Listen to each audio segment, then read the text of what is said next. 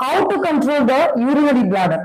Bladder control இல்லாம நிறைய பேருக்கு ஸ்லீப் அப்ப யூரின் லீக் ஆகும். நம்ம சின்ன குழந்தைகளுக்கெல்லாம் கேள்விப்பட்டிருப்போம், தூக்கத்திலேயே சிறுநீர் கழிக்கக்கூடிய ஒரு பிரச்சனை இருக்கும்.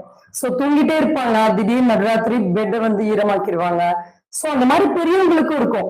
சோ அது பொதுவா பாத்தீங்கன்னா அவங்க காஃப் பண்ணும்போது, லாஃப் பண்ணும்போது, ஸ்னீசிங் அந்த மாதிரியான டைம்ஸ்ல ஏதாவது ஒரு லிஃப்டிங், வெயிட் லிஃப்டிங் பண்ணும்போது, இல்ல வாக்கிங் டைம்ல கூட இந்த மாதிரி லீக்கேஜ் இருந்துட்டே இருக்கும். சோ அப்பேற்பட்ட அந்த பிளாடர் ப்ராப்ளம்க்கு அது எப்படி அந்த பிளாடரை ஒரு கண்ட்ரோலுக்கு கொண்டு வருது, அந்த பிளாடரோட ஃபங்க்ஷனை எப்படி இம்ப்ரூவ் பண்ண முடியும் அப்படின்னு தான் நம்ம இந்த பதிவுல பார்க்க போறோம்.